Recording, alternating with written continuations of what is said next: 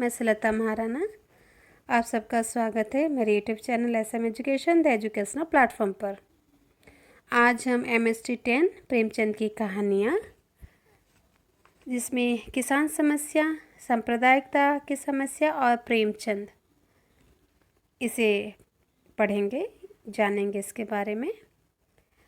तो आरंभ करते हैं। परिचय।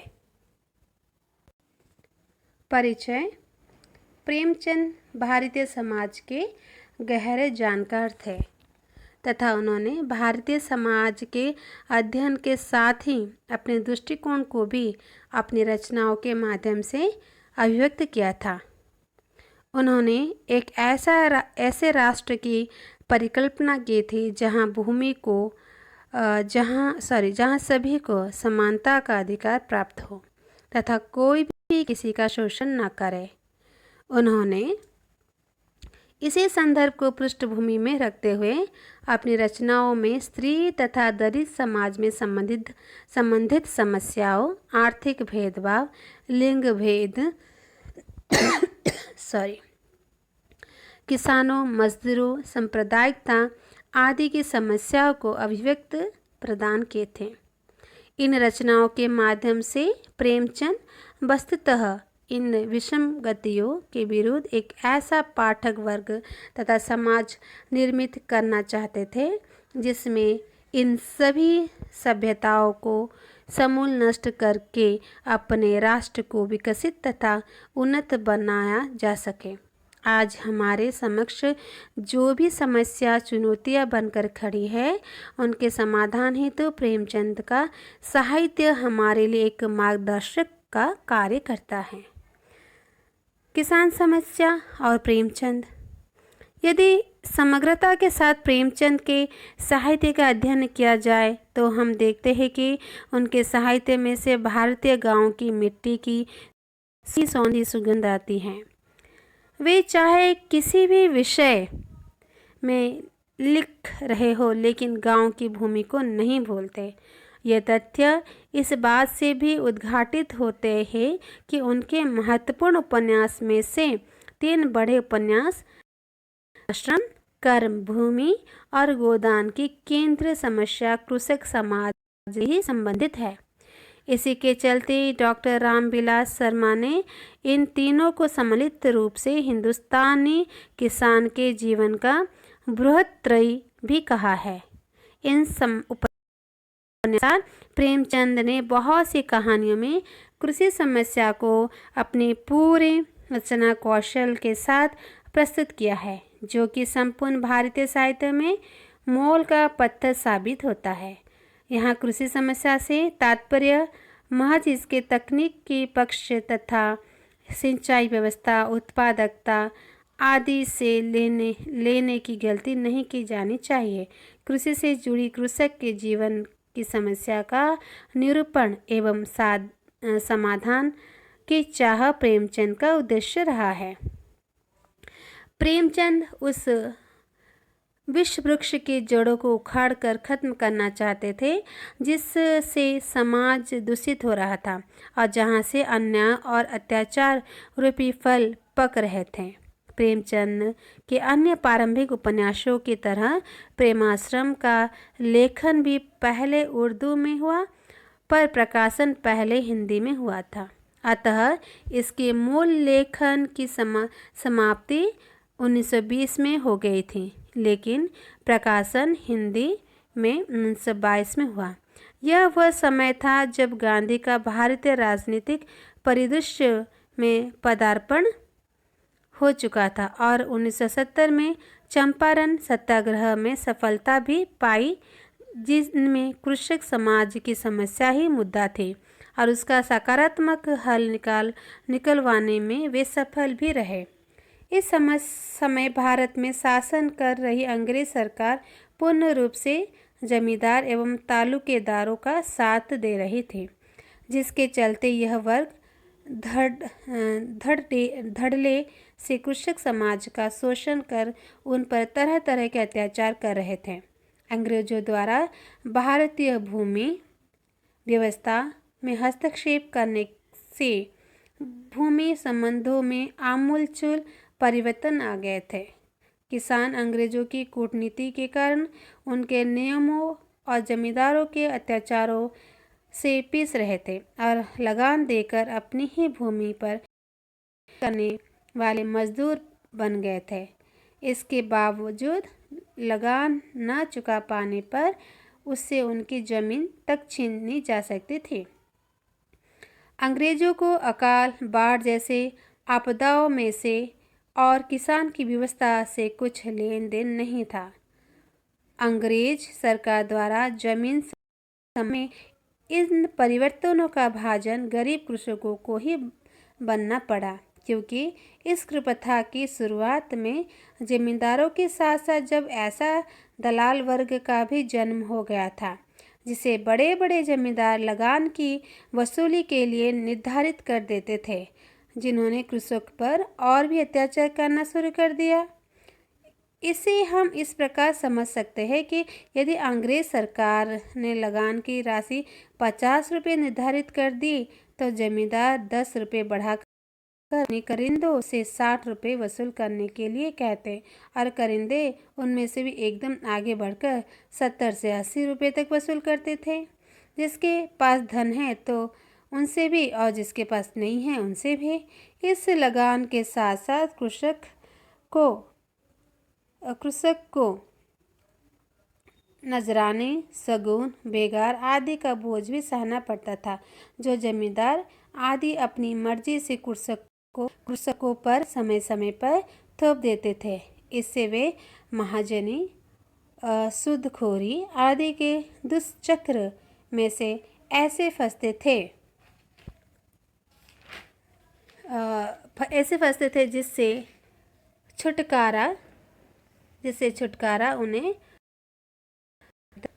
ही मिलता था और उसके बाद आने वाली पीढ़ी उस बोझ को ढोती थी। इस प्रकार कृषकों की हालत बद से बदतर होती जा रही थी। यह स्थिति लगभग संपूर्ण भारत के कृषकों की ही थी। जवाहरलाल नेहरू ने भी मेरी कहानी में किसानों की इस दुख की गाथा के विषय में लिखा है।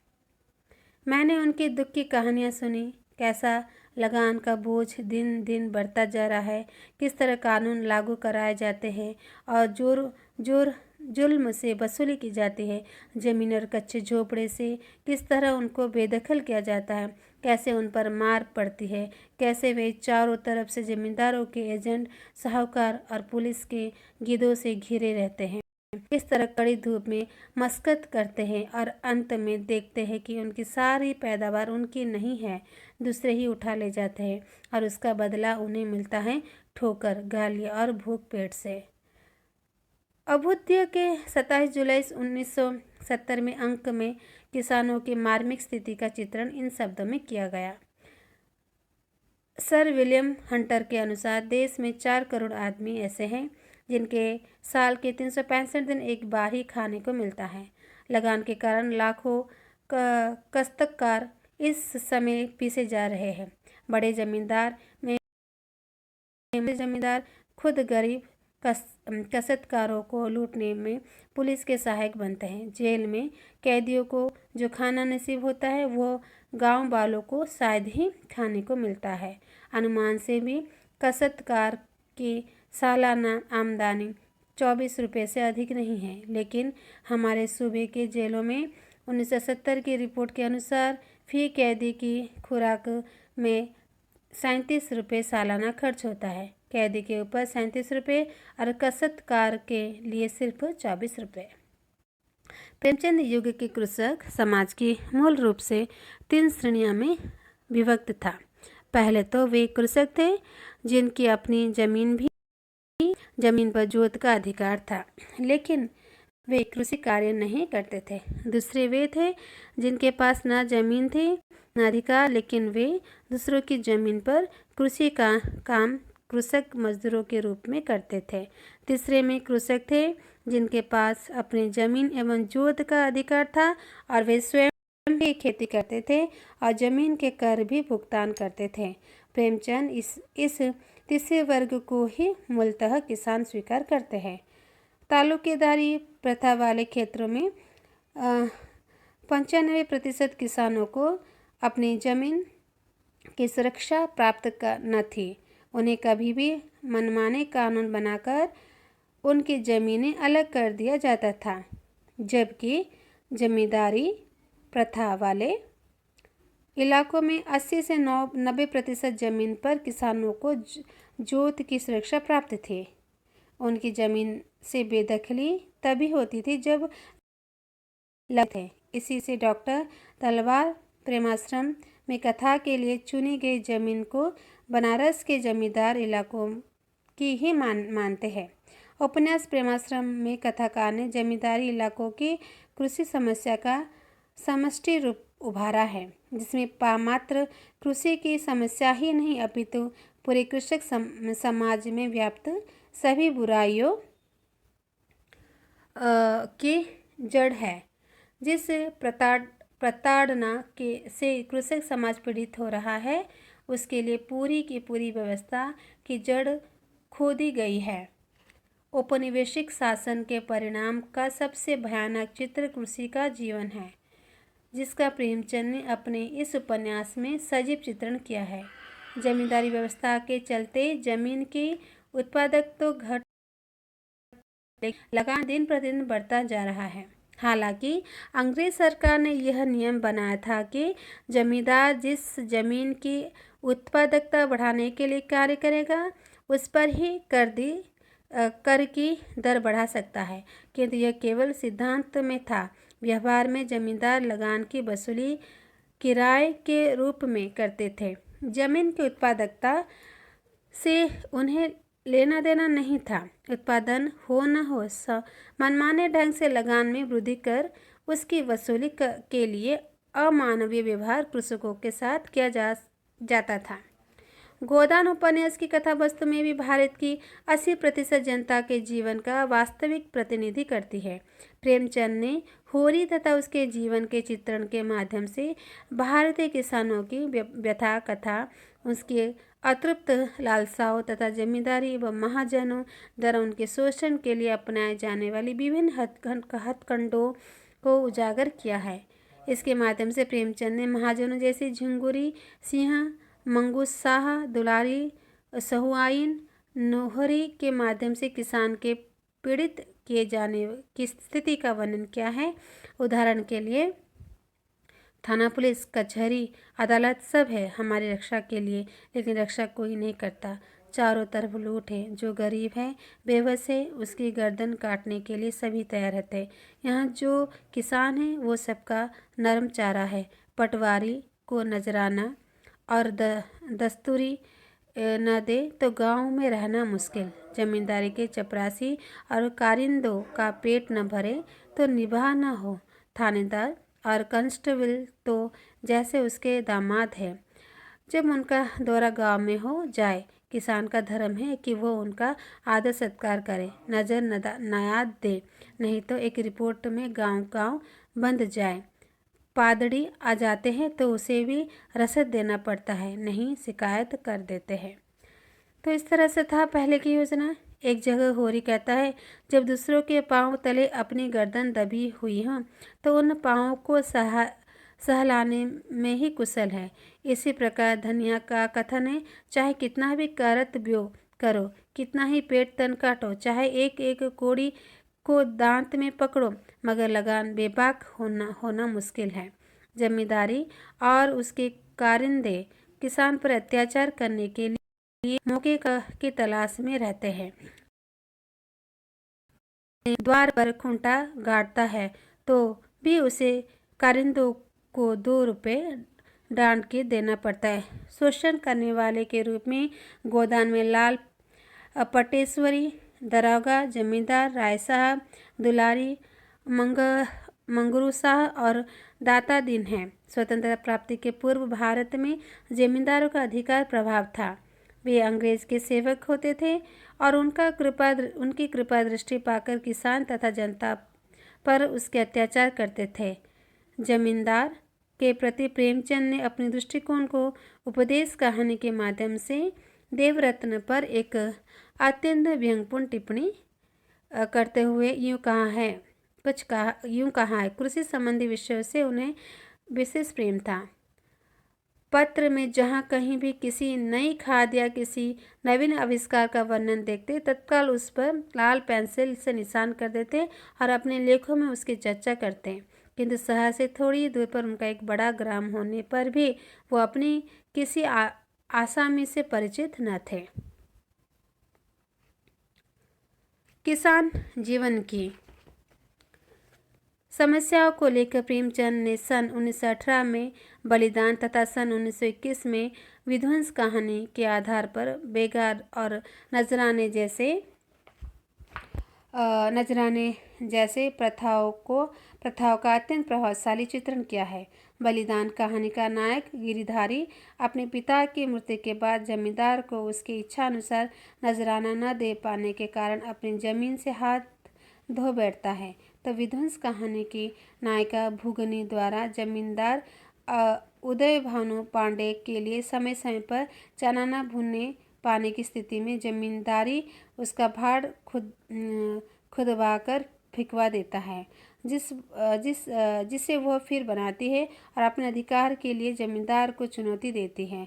उसके आदेश की अवहेलना करके अपनी झोपड़ी को छोड़कर नहीं जाती तो जमींदार उसकी झोपड़ी में आग लगवा देते हैं और भुगनी उसी में कूदकर अपनी जान दे देती है और झोपड़ी की यह आग बढ़ती हुई जमींदार के घर तक पहुंचकर उसके परिवार को भी अपनी चपेट में ले लेती है और उसका पूरा परिवार समाप्त हो जाता है।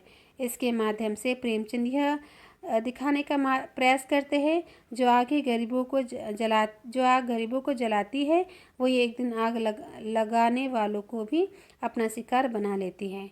इस कहानी के माध्यम से प्रेमचंद ने जमींदारों के शोषण से त्रस्त नाई, धोबी, जुलाहे, गडरिये आदि की स्थिति का भी सजीवन किया है। प्रेमचंद को किसानों से अत्यधिक लगाव था और किसानों का शोषण करने वाले जमींदारों के प्रति अपना आक्रोश व्यक्त करते हुए वे इसको समाप्त करने की बात भी प्रकट करते हैं। आज भी उनकी मृत्यु के लंबे समय के उपरांत भी उत्तर प्रदेश, गुजरात, आंध्र प्रदेश तथा अन्य राज्यों में किसान अपनी बदहाली से त्रस्त होकर आत्महत्या कर रहे हैं।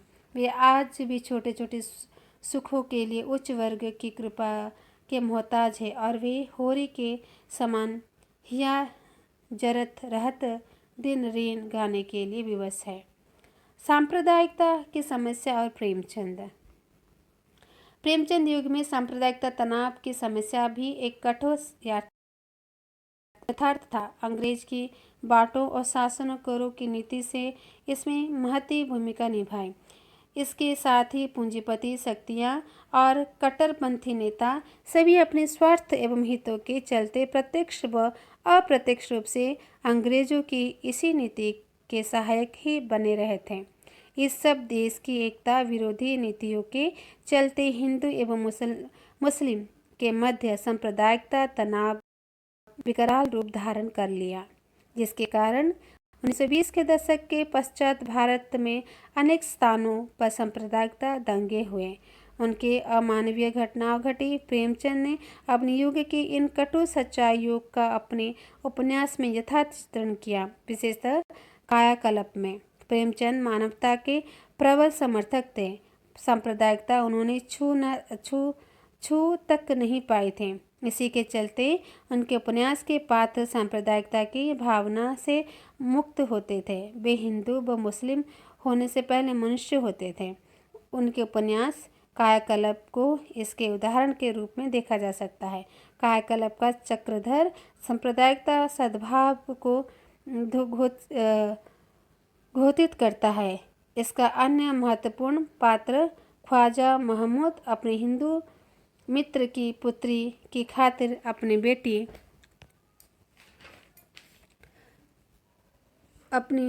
बेटी को भी सजा देने से नहीं हिचकिचाता है। प्रेमचंद अपने उपन्यासों के कट्टर सांप्रदायिकता मानसिकता का पंथी लोगों को कटु आलोचना करते हैं और उन पर कुठारघात करने में कसर नहीं रखते हैं। प्रेमचंद अपने उपन्यासों में ऐसे सांप्रदायिक विवक्षता से पूर्ण चित्रों का अंकन ही नहीं करते, अपितु उसके मूल को भी खोजते हैं और यदि किसी की सांप्रदायिकता प्रवृत्ति है तो ऐसा क्यों है, वह उसकी तह तक पहुँचते हैं जहाँ उन्होंने धर्म के ठेकेदार नेताओं और बड़े बड़े पूंजीपतियों के स्वार्थ मिलते हैं, जिनके चलते वे सांप्रदायिकता दंगे करवाकर हित साधते हैं। प्रेमचंद अपने उपन्यासों से ऐसे लोगों को आडंबरों का पर्दाफाश करते देर नहीं लगे। प्रेमचंद ने सेवा सदन में धार्मिक भेदभाव अर्थात सांप्रदायिकता की समस्या को भी उठाया है। जब वेश्यालय को दाल मंडी से हटाकर उनके कहीं से ले जाने की बात होती है तो इसके लिए म्यूनसिपालिटी की अनुमति आवश्यक है, जिसमें 8 मुस्लिम और 10 हिंदू सदस्य हैं। उधर शहर में मुस्लिम वेश्याओं की संख्या 9% होने के कारण मुस्लिमों को उन्होंने शहर से बाहर वसाने में हिंदू की चालाकी नजर आती है। वेश्याओं की 90% आबादी मुस्लिम होने के कारण अबुल वफा को इनमें अपना वोट बैंक नजर आता है, अतः वे उनके शहर से बाहर जाने के विरोध है। वे अपने मत के समर्थन के लिए हिंदुओं की जाति पाति के भेदभाव पर कुठाघात करते हुए कहते हैं कि डोम पासी, जिनका पैसा चोरी, राहजनी, कत्ल आदि है, हिंदू उनसे घृणा करते हैं, उनके साय से भी अलग रहना चाहते हैं, लेकिन उन्हें शहर से अलग करने की कभी भी पक्षपाती न होंगे। इसी प्रकार मुस्लिम की जातीय भावना उभर कर आती है। इन सब का पता चलने पर हिंदू सदस्य भी पीछे हटने वालों में से नहीं थे। सेठ बलभद्र दास की प्रेरणा से इनकी बैठक होती है। इसमें बलभद्र दास, चिम्मन लाल, दीनानाथ तिवारी तथा लाल भगत राम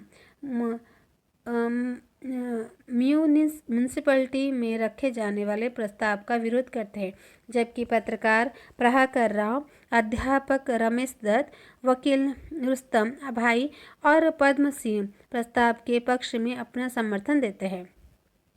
जिस प्रकार मुस्लिमों हिंदुओं पर दोषारोपण करते हैं, ठीक उसी प्रकार हिंदू भी मुस्लिम पर कुठारघात करने से चूकते नहीं।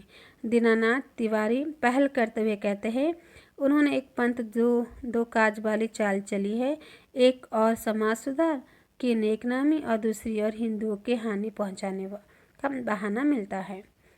इस प्रसंग द्वारा प्रेमचंद का उद्देश्य केवल हिंदू मुस्लिम सांप्रदायिकता वैषम्य को मात्र उभारने नहीं था, वे दोनों से समन्वय चलाते हैं। इसलिए रुस्तम भाई के माध्यम से समन्वयवादी उद्गार प्रस्तुत करते हुए लिखते हैं, मुझे यह देखकर शोक हो रहा है कि आप लोग एक सामाजिक प्रश्न को हिंदू मुस्लिम के विवाद का रूप दे रहे हैं। शुद्ध के प्रश्न को भी यही रंग देने की चेष्टा की गई थी। ऐसे राष्ट्रीय विषयों की विवादग्रस्त बनाने से हिंदू साहूकारों का भला हो जाता है, किंतु राष्ट्रीयता को जो चोट लगती है उसका अनुमान करना कठिन है। इससे संदेह नहीं कि इस प्रस्ताव के स्वीकार होने से हिंदू साहूकारों को अधिक हानि होगी, लेकिन मुसलमानों पर भी इसका प्रभाव अवश्य पड़ेगा, क्योंकि और दाल मंडी में मुसलमानों की दुकान कम नहीं है। हमको प्रतिवाद या विरोध की धुनी से अपने मुसलमान भाइयों की नीयत की सच्चाई पर संदेह न करना चाहिए। मुसलमानों की इसी अधिक हानि होती तब भी उनका यही फैसला होता, आचरण के सामने धन का कोई महत्व नहीं। प्रेमचंद सांप्रदायिकता सद्भाव के लेखक है। यह सांप्रदायिक सद्भाव केवल उनके लेखन में नहीं, व्यवहार में भी था, जिसका उदाहरण यह है कि प्रेमचंद आरंभ में आर्य समाज की कट्टर समर्थक थे, लेकिन जब इन्होंने इनके शुद्धि आंदोलन को देखते तो इससे किनारा कर लिया, क्योंकि इसके लिए मानव और मानवता का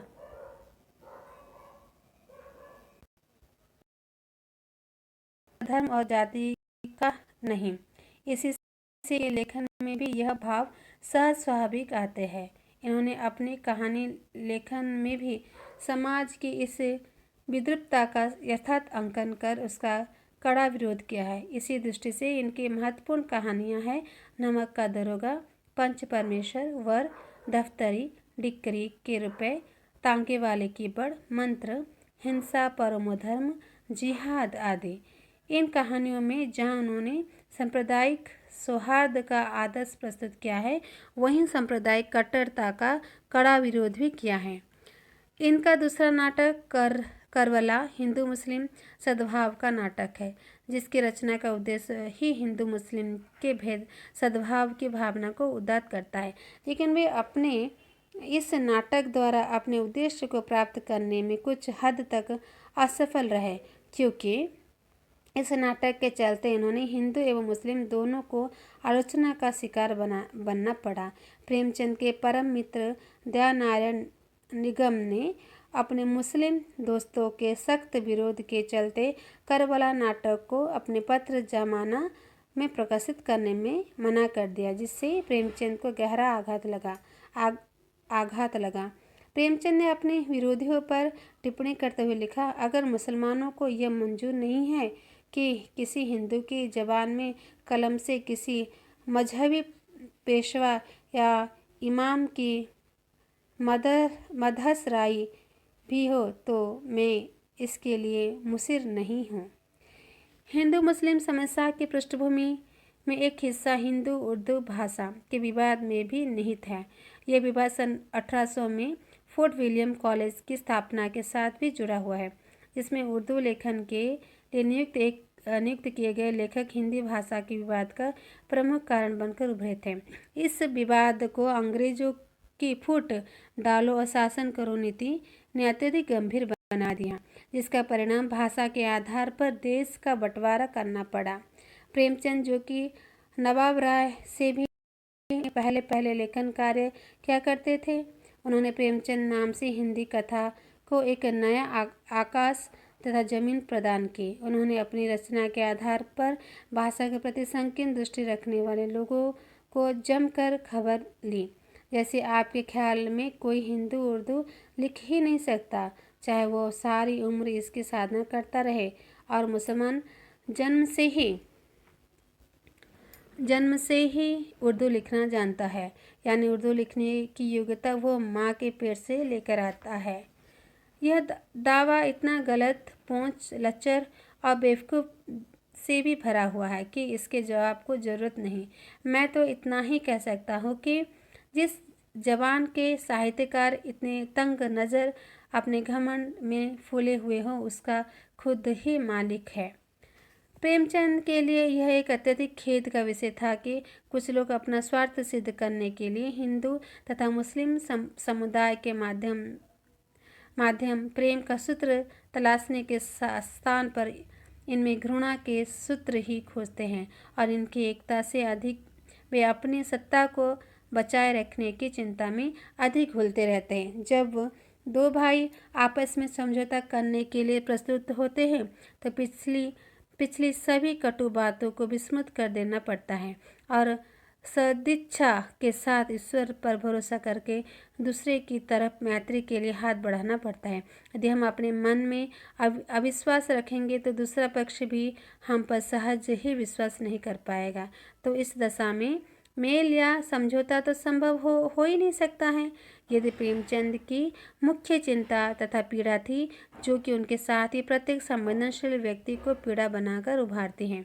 प्रेमचंद इस तथ्य से भलीभांति अवगत थे कि किसी भी युग में व्याप्त राष्ट्र की समस्या प्रत्येक व्यक्ति की अपनी ही समस्या होती है, जिनका समाधान प्राप्त करना प्रत्येक व्यक्ति का प्रथम कर्तव्य होना चाहिए।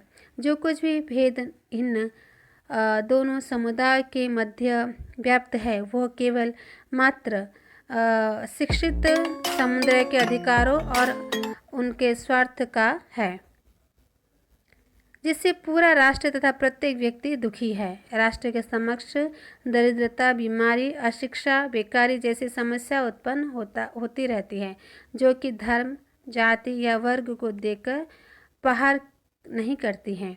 इस प्रकार की समस्याओं से आज लगभग सभी राष्ट्र त्रस्त है।